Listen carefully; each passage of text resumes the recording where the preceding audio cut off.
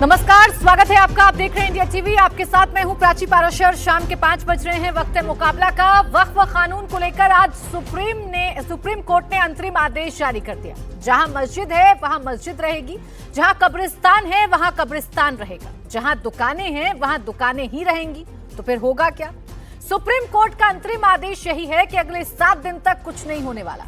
मुस्लिम पक्ष की 2 बड़ी मांगें सुप्रीम कोर्ट ने मान ली हैं। वक्फ बाय यूजर में कोई बदलाव नहीं होगा।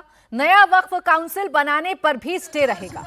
सुप्रीम कोर्ट की तरफ से जैसे ही आज अंतरिम आदेश सुनाया गया, मुस्लिम पक्ष को मानो संजीवनी मिल गई। विपक्षी दलों से लेकर मौलानाओं तक ने इस फैसले का स्वागत किया। इंसाफ की जीत, सांप्रदायिक ताकतों की हार जैसे बातें करने लगे। तो दूसरी तरफ बीजेपी के पास कहने को सिर्फ इतना ही बचा है कि फैसला आखिरी नहीं, अंतरिम है।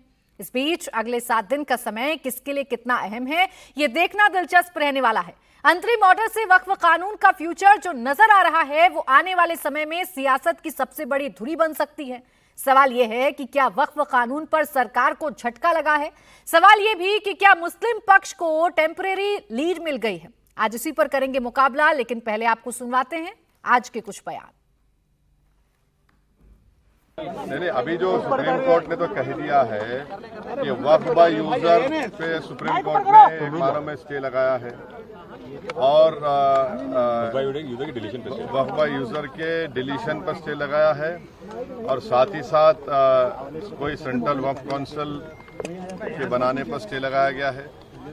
मैं joint working committee of parliament का मेंबर था। जितने अमेंडमेंट सरकार ने उसमें लाए थे, हमने उसकी मुखालिफत की और हमने डाइसेंट रिपोर्ट दिया।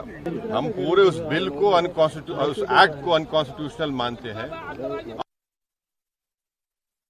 मैं तहे दिल से शुक्रगुजार हूं सुप्रीम कोर्ट का कि आज उन्होंने हिस्टोरिकल फैसला हमारे हक में दिया है। गवर्नमेंट ने खुद आकर कहा कि जो वक्फ बाय यूज़र है हम उसके अंदर कोई छेड़छाड़ नहीं करेंगे, किसी किस्म का कोई रजिस्ट्रेशन नहीं करेंगे, जैसे था वैसे ही रहेगा। जिन लोगों ने इस मुल्क को बचाने के लिए वो आगे आए, सारे लीडिंग जितने भी वकील थे सब हिंदू भाई थे और आज वक्फ के लिए वो खड़े हुए। जो एक नफरत बीजेपी फैलाना चाहती है इस मुल्क के, तो हमारे आज वकीलों ने और सुप्रीम कोर्ट ने उस नफरत को कहीं ना कहीं ख़त्म करने का काम किया और हमें आज इंसाफ मिला।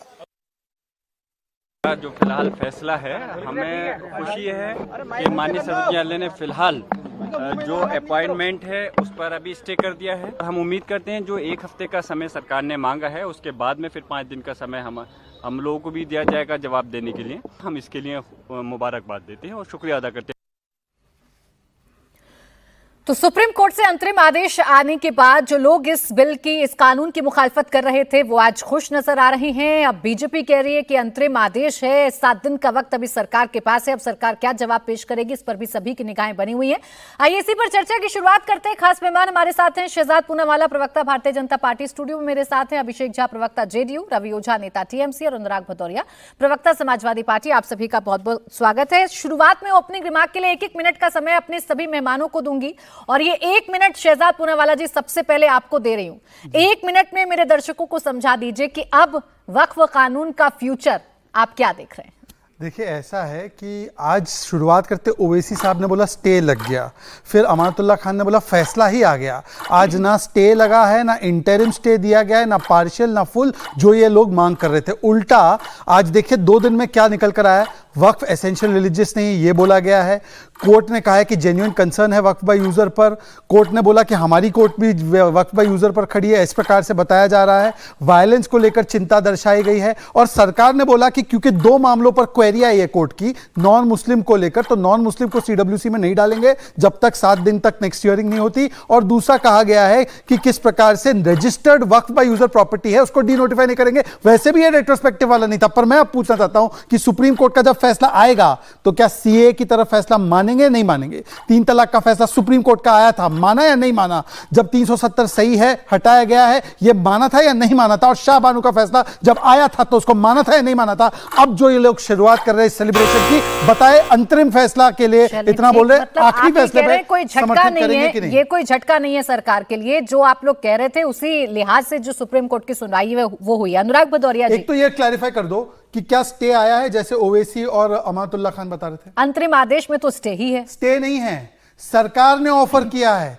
कोर्ट ने ना कोई कानून के एक प्रावधान पर स्टे डाला है, ना पूरे कानून पे, ना आधे कानून पे, ना एक प्रावधान पे। ठीक है, मैं इस पे विस्तार से चर्चा करूंगी। कोर्ट की जो 3 बड़ी बातें वो बताऊंगी, लेकिन पहले ओपनिंग रिमार्क सबसे एक एक करके ले लूं। अनुराग भदौरिया जी देखिए मुस्कुरा रहे हैं इन बातों पर। अनुराग भदौरिया जी, 1 मिनट तो आपको भी दे रही हूं, समय सीमा में बांधना आपको बड़ा मुश्किल है, लेकिन फिर भी 1 मिनट में आज आप भी समझाई दीजिए, अब वक्फ कानून का फ्यूचर आपकी नजरों में क्या रह गया है? कहते हैं ना कि बस्ती में तो तुम खूब सियासत करते हो, बस्ती की आवाज उठाओ तो जाने। भारतीय जनता पार्टी सिर्फ सियासत करना जानती है, लेकिन जिस मुद्दों को लेकर उसने सरकार बनाई थी उन मुद्दों को भूल गई है। नए नए मुद्दे उठाती है, जैसे वक्फ बोर्ड की बात आया, वक्फ बिल आया, आपने जेपीसी बनाई, जेपीसी में आपने विपक्ष की राय नहीं मानी, विपक्ष की राय नहीं मानी इसलिए मानी सर्वोच्च न्यायालय, लोग गए और सर्वोच्च न्यायालय ने अंतरिम आदेश तक आपको रोक लगा दी। तो आपको तभी शर्मिंदा होना चाहिए कि आप ऐसा कानून क्यों बनाते हो जो आप पे रोक लगानी पड़ती है। इसी तरह आप किसान बिल भी लेके आए थे, बाद में आपको वापस करना पड़ा था, तब भी आपने विपक्ष की नहीं बात मानी थी। अधिनियम यहाँ पे कहते भूमि अधिनियम बिल भी लेके आए थे, तब भी आपको उस पर रोक लगानी पड़ी थी, वापस लेना पड़ा था। तो मेरी समझ में नहीं आता, आप राजनीतिक में जल्दी जल्दी हाव के चक्कर में, जल्दी वोट बैंक के चक्कर में, नफरत की राजनीति के चक्कर में जल्दी जल्दी बिल क्यों पास करते हो भाई? 2014 में तो आप आए थे कि हम भ्रष्टाचार और इस देश के अंदर में महंगाई बेरोजगारी पे लेके आप यहाँ चुनाव लड़े थे कि आपकी हुआ बहुत महंगाई की बात। ठीक है, 1 मिनट समाप्त हो गया अनुराग भदौरिया जी। 1 मिनट, 2 अन्य मेहमानों को फिर चर्चा ओपन करूंगी, पूछते रहिएगा भारतीय जनता पार्टी से उन तमाम सवालों को जो आप अभी अभी पूछ रहे हैं। अभिषेक झा जी, आपसे भी मेरा यही सवाल है, आप भी मुझे अपनी नजरों से जरा समझा दीजिए, अपने शब्दों से मेरे दर्शकों को समझा दीजिए कि कोर्ट के इस आदेश के बाद अब क्या फ्यूचर आप देख रहे हैं, क्या बदलेगा इन 7 दिनों में वक्फ कानून को लेकर?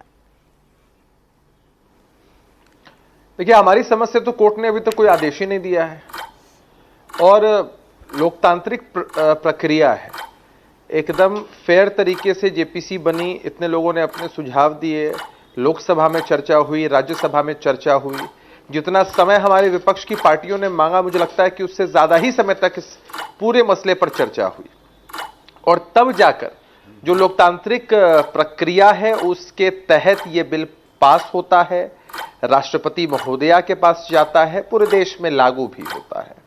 लेकिन इसके इतर अगर फिर भी किसी को दिक्कत है तो कोर्ट का दरवाजा खटखटाया जा सकता है।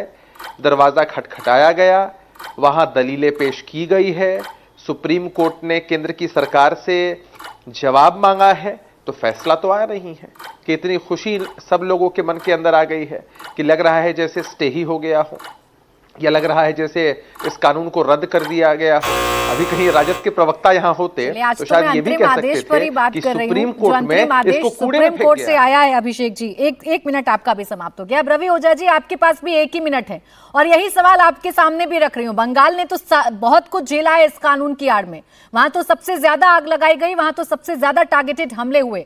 अब सुप्रीम कोर्ट के इस अंतरिम आदेश के बाद आपकी नजरों में क्या भविष्य अब इस वक्फ कानून का है? ये भले ही अंतरिम आदेश हो, लेकिन आज कहीं ना कहीं सप्तमियों जैसे की जो बात है वो सार्थक साबित हुई है। 2014 के बाद से जिस तरीके से निरंतर तौर पर लोकतंत्र की हत्या करने की कोशिश एक दल जो 2014 में सत्ता पे काबिज होता है उसके द्वारा की जा रही थी, और आज वक्फ बिल को लेकर के जिस तरीके से मुस्लिम समुदाय के लोगों के भीतर एक रोष था, आज कहीं ना कहीं भारतीय जनता पार्टी को मुंह की खानी पड़ी है।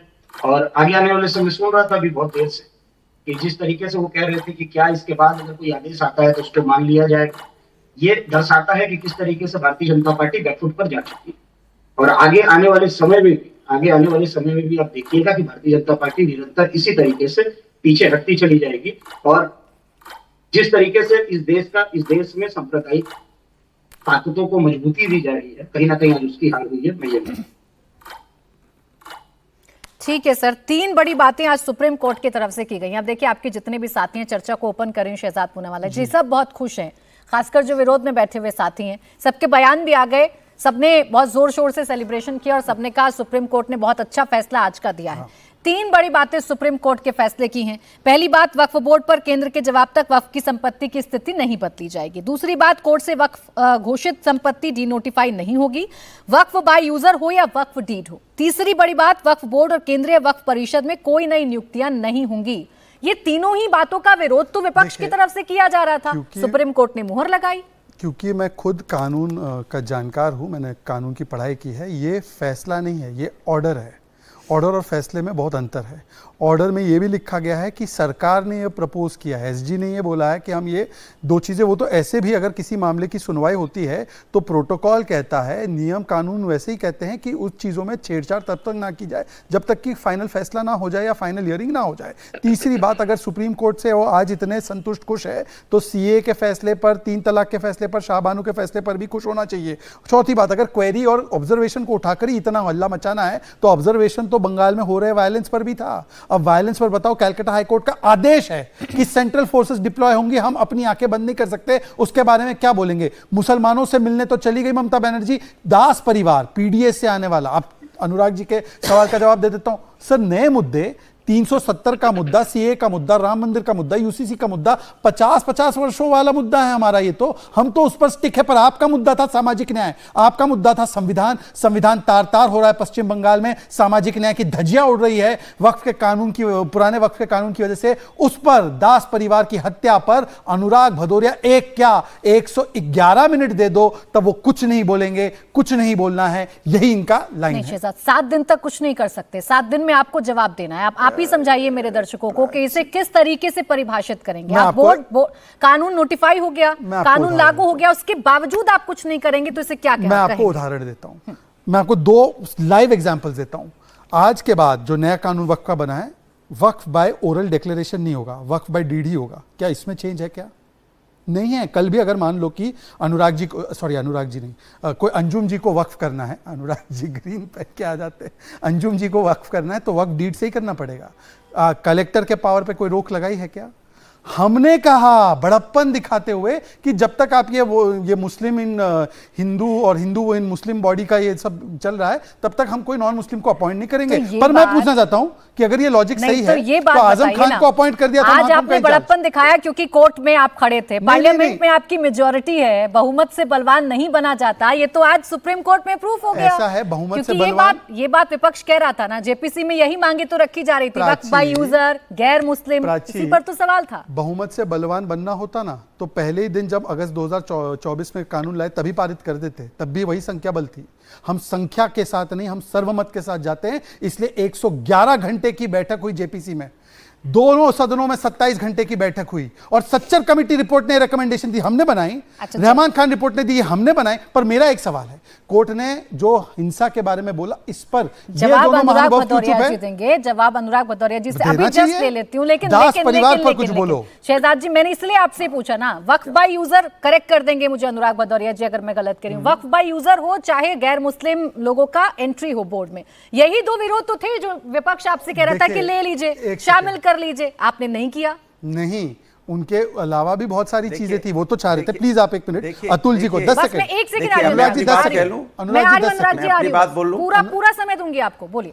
आप अतुल जी को अभी लाइन पर ले लीजिए, इनकी प्रेयर पढ़ लीजिए। प्रेयर था स्टे द लॉ, स्टे कर दो, पूरा लॉ स्टे कर दो। नहीं दिया गया है स्टे। अच्छा, अगर मैं झूठ बोल रहा हूं तो अतुल जी को अभी लाइन पर ले लो। पर मैं पूछना चाहता हूं, अब देखिए 10 सेकंड मात्र 10 सेकंड। इनके एक दलील थी कपिल सिब्बल की कि कागज कैसे दिखाएगा मस्जिद, 1000 साल पुराना मस्जिद, पर 3000 साल 2000 साल पुराने मंदिरों को कागज दिखाना है। ये डबल स्टैंडर्ड है। वाह भाई वाह, इस देश में हमारे राम मंदिर के लिए कागज दिखाना है, परंतु ये लोग कागज नहीं दिखाएंगे। जो बहस कर रही हूँ, विपक्ष के जो नेता कहते हैं 2 आपत्ति बहुत बड़ी है और वही आपत्ति आज अपने बड़प्पन दिखाकर सुप्रीम कोर्ट में मानी है। ये लीगली राइट पोजीशन है। देखिए, मान तो लिया ना सरकार ने, आप जो कहा करते थे वो 2 बातें सरकार कोर्ट के अंदर मान रही है, लेकिन ये भी सच है, रुक तो नहीं गया ना ये कानून। देखिए मैं किसी के बीच में नहीं बोला, तो मुझे पूरा विश्वास है मुझे सुना जाएगा। देखो प्राची जी, जो आप कह रही हैं वही तो हम मांग कर रहे थे ना, तो माननीय सर्वोच्च न्यायालय से वही तो मांगा गया था, यही हम पार्लियामेंट के अंदर मांग रहे थे। पार्लियामेंट में जब बहस हो रही थी तो हमने क्या मांगा था, जेपीसी जब हुई थी, जेपीसी का देखिए, जेपीसी में हम यही तो सजेशन दे रहे थे और यही मांग कर रहे थे। इन्होंने हमारी मांग मानी नहीं, क्योंकि तानाशाही जो अपनानी है, विपक्ष को क्यों पूछना है, संविधान का अपमान जो करना है, विपक्ष को नहीं सुनना, विपक्ष को तजुर्ब नहीं देना, विपक्ष कोई राय देता है उसको दरकिनार करना, यही तो संविधान का अपमान होता है। भाई विपक्ष तो संविधान का हिस्सा है ना, ऐसा तो है नहीं विपक्ष कहीं बाहर बैठता है। विपक्ष भी तो पार्लियामेंट में है, जहां एक तरफ सत्ता पक्ष, एक बार विपक्ष है। भाई सत्ता पक्ष कुछ कहता है, विपक्ष उसमें अपनी राय देता है, अपना मत देता है। वो मत किसकी होती है? जनता की होती है। और जनता की बात आपने नहीं मानी तो माननीय सर्वोच्च न्यायालय ने मान ली। सर्वोच्च न्यायालय ने वही पॉइंट तो आपको बताए और उसी पॉइंट पे सर्वोच्च न्यायालय ने आपको बोला कि इस पे हमें 7 दिन में जवाब दीजिए। उसके बाद भी खिसिया रहे हैं, यहाँ पे दुनिया भर की बातें बता रहे हैं, इसका नाम नहीं बता पाएंगे, उसका नाम नहीं बता पाएंगे, ये नहीं हो पाएगा, वो नहीं हो पाएगा, यहाँ चले गए, वहां चले गए। अरे सर्वोच्च न्यायालय ने तमाचा मारा है खींच के और आपको बताया कि विपक्ष की बात सुनिए, आप विपक्ष जो आपको राय देता है राय मानिए, विपक्ष को मानने से आप इनकार कर देते हो। इसके पहले भी हो चुका है, कोई पहली बार नहीं हुआ है। इसके पहले किसान बिल में हुआ था, इसके पहले भूमि अधिग्रहण बिल में हुआ था। बिल्कुल, देखिए आज तो राहत की खबर है और आज झटका लगा है भारतीय जनता पार्टी को, जैसा आप कह रहे हैं अनुराग भदौरिया जी, तो बनता है आपका इतना बोलना। अनुराग भदौरिया जी की भाषा में तो ये है। अनुराग भदौरिया जी एक सेकंड, ऐसा लग रहा है मुझे झटका लगा है। अनुराग भदौरिया जी, झटके के लक्षण वहां पे है, वो झटके में। एक सवाल मेरा, आपने कहा कि हमारे दो जो सजेशन थे आज सुप्रीम कोर्ट में उसे मान लिया गया और इन्होंने भी अपना बड़प्पन दिखाकर, जैसा ये कह रहे हैं, पहले से ही कह दिया कि भाई हम इन दो चीजों पर अभी कुछ नहीं करेंगे। यानी बाकी रजिस्ट्रेशन, डीड, कलेक्टर की दखलंदाजी, महिला सदस्यों को लाना और ओबीसी पसमानदा मुसलमानों का ख्याल रखना, ये सब कुछ अच्छा किया सरकार ने इस कानून में। उस पे भी कोर्ट में चर्चा होगी, उस पे भी चर्चा होगी। इस पे हुई, अभी इस पे तो मांगा है ना, उस पे भी चर्चा होगी, आप चिंता मत कीजिए। देखिए इस देश के अंदर में, मैंने पहले बोला, देश संविधान और न्यायपालिका से चलता है। क्योंकि हम लोग संविधान को मानने वाले लोग हैं, ये संविधान को मानते नहीं है। इनकी आदत ये हो गई है, पश्चिम बंगाल में हिंसा हुई, मैं उसकी कड़ी निंदा करता हूं, हिंसा नहीं होनी चाहिए। लेकिन बीएसएफ बॉर्डर फोर्स से जो लोग वहां घुसपैठिया बैठ रहे हैं, आ जा रहे हैं, उसकी जिम्मेदारी तो सरकार को उठानी चाहिए ना। जी शायद आपसे मिस हो गया, रजिस्ट्रेशन वाले मुद्दे पर, कलेक्टर वाले मुद्दे पर कल कपिल सिब्बल साहब ने अपनी दलीलें रखी थी और कोर्ट ने कहा था कि रजिस्ट्रेशन हो जाएगा तो क्या बिगड़ जाएगा, डीड होगी तो क्या बिगड़ जाएगा। तो ये बताइए ना, बाकी सारी चीजें ठीक है, बस दो पर आपत्ति थी ना। अरे मेरी बात हो जाने देते कि आपने दूसरों को बोलने दिया, मुझे बोलने के टाइम में आप एकदम टू द पॉइंट आ जाती है। जब तुर्किस्तान पाकिस्तान भाग रहे थे तो उनको रोकना चाहिए था ना। हम जब बात कर रहे हैं तो हम तो राष्ट्र की बात कर रहे हैं। हमने कहा ये भारतीय जनता पार्टी है ना, पश्चिम बंगाल में हिंसा हुई, हम निंदा करते हैं, कड़ी निंदा करते हैं। लेकिन आगरा में जो तलवारें लहराएंगे उसकी निंदा कर पाएंगे क्या? उसमें किसी को जेल में डाल पाए क्या? आप दलित समुदाय को जो वहां पे जिससे तलवारें लहरा के उसको डराया जा रहा था, क्या उसके बारे में निंदा हो क्या? उत्तर प्रदेश शुरुआत में कहा कि आपकी दो प्रमुख बातें आज सुप्रीम कोर्ट में सरकार भी मान रही है, सुप्रीम कोर्ट ने भी उसी पर आदेश दिया है। लेकिन बाकी जो संशोधन किए उस पर जवाब नहीं दीजिएगा। कल सुप्रीम कोर्ट ने टिप्पणी की ना रजिस्ट्रेशन पर, टिप्पणी की ना डीड पर, टिप्पणी की ना कलेक्टर पर, ऑब्जर्वेशन दी कि नहीं दी सुप्रीम कोर्ट? मैंने कहा सर्वोच्च न्यायालय में अभी केस पेंडिंग है। सुनिए, सर्वोच्च न्यायालय में केस पेंडिंग है। सर्वोच्च न्यायालय जनता की आवाज सुनेगा और न्याय देगा, मैं पक्का आपको बोलता हूं। तो अभी से आप देखिए खुशी मनाने लगे, ढोल बजाने लगे, कर रही है, इसमें कोई दो राय नहीं है। लेकिन देश की न्यायपालिका अनुराग जी देखिए, मैंने अभी आपके बीच में नहीं बोला, 10 सेकंड केवल आपसे चाहता हूं मैं।